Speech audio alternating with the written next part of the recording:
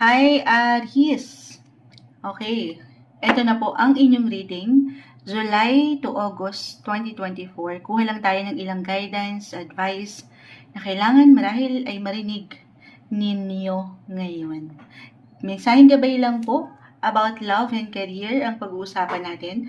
Para sa mga Aries, July to August 2024, anong kailangan nilang marinig ngayon? Message? Aries. Ayan, agad-agad. Okay. I know hindi ko po na ipapakita yung pag-shuffle natin.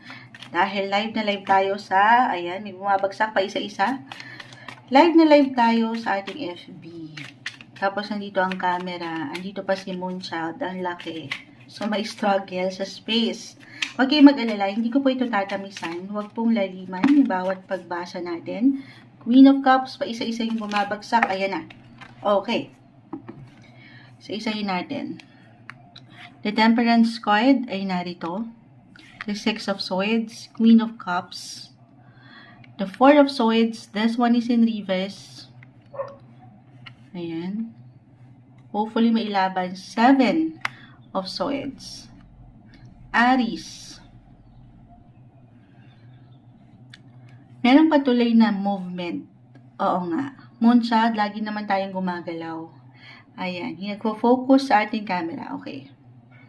I mean yung paggalaw, kung sige tayong magiging practical, maring merong pag-init sa usaping travel, may pagbiyahe. It doesn't matter kung ito ay long or short travel, or short-long distance travel, or maybe isang indication yan. Why not? Sa true lang po, meron ako nakikitang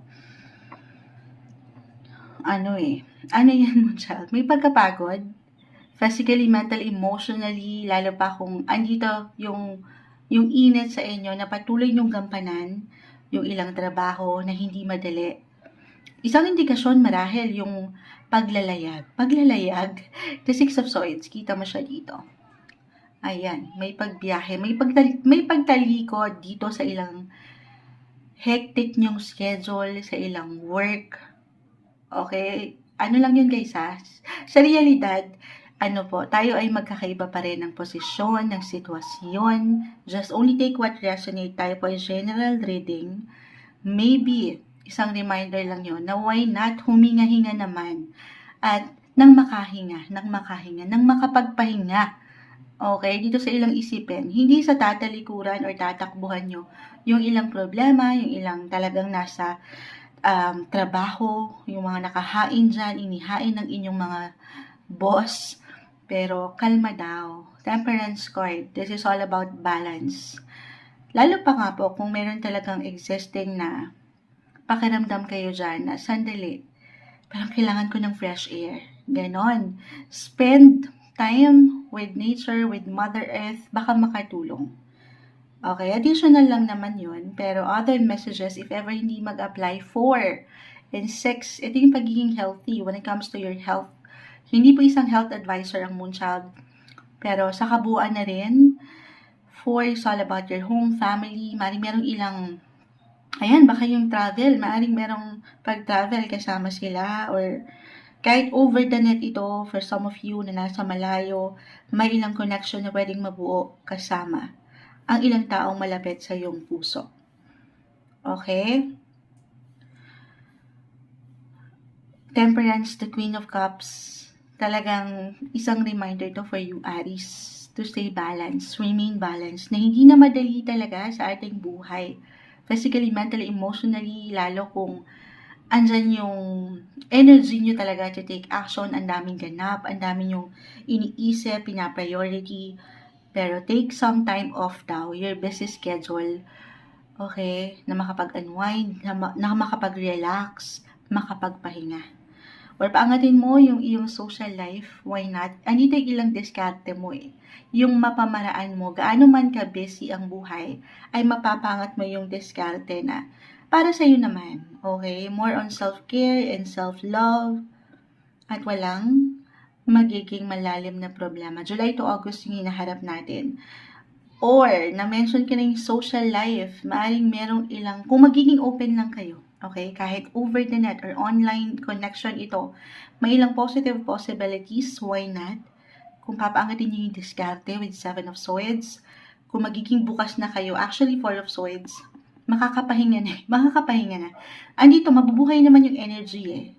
I-allow nyo lang na makapagpahinga talaga. And then, kapag ready na kayo, then put yourself out there, makipag-connect, makipag-socialize, paangatin nyo yung ability nyo na, alam nyo yan, kung paano nyo dalhin ang inyong sarili. Kasi parang, balance eh.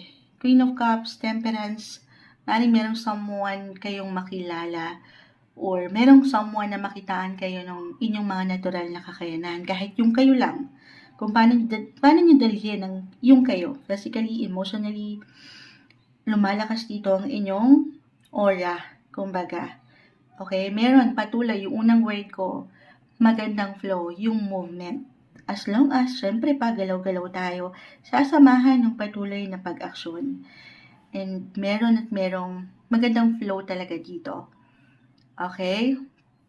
Other messages, kung hindi pa rin yun mag-apply, for some of you, when it comes to love, it's all about balance, guys. Merong, okay, couples in a relationship, I will be honest, meron akong something bago na nakikita. Na-recharge na yung energy eh. Okay? Parang mali-refresh kayo. Refresh. May someone, may new or new feelings ito, new love interest, lalo pa kung pwede makilala to sa pakikipag-socialize or over the net.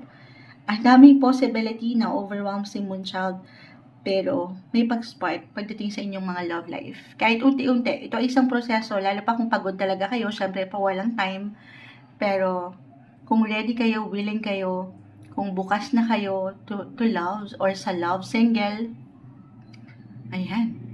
Meron sumasang-ayon po ang ilang ingay. Maaring sa travel mo rin ito makilala, why not? Or habang ikaw ay nasa daan.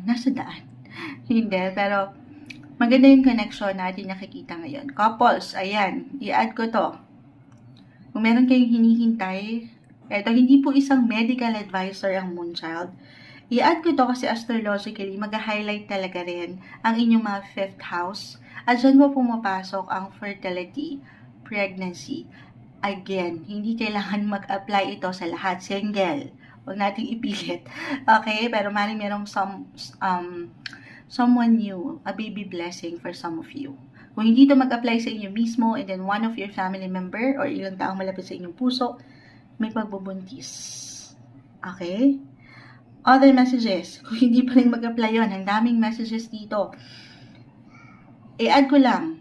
Okay? Balance kasi nakikita natin. May pagtugon sa mga kagustuhan nyo. Or sabi ko nga, i-priority nyo naman yung kayo, yung mga hilig nyo, yung mga hindi nyo na nagagawa pa. Or madalas ay na-focus na paglalaanan ng oras.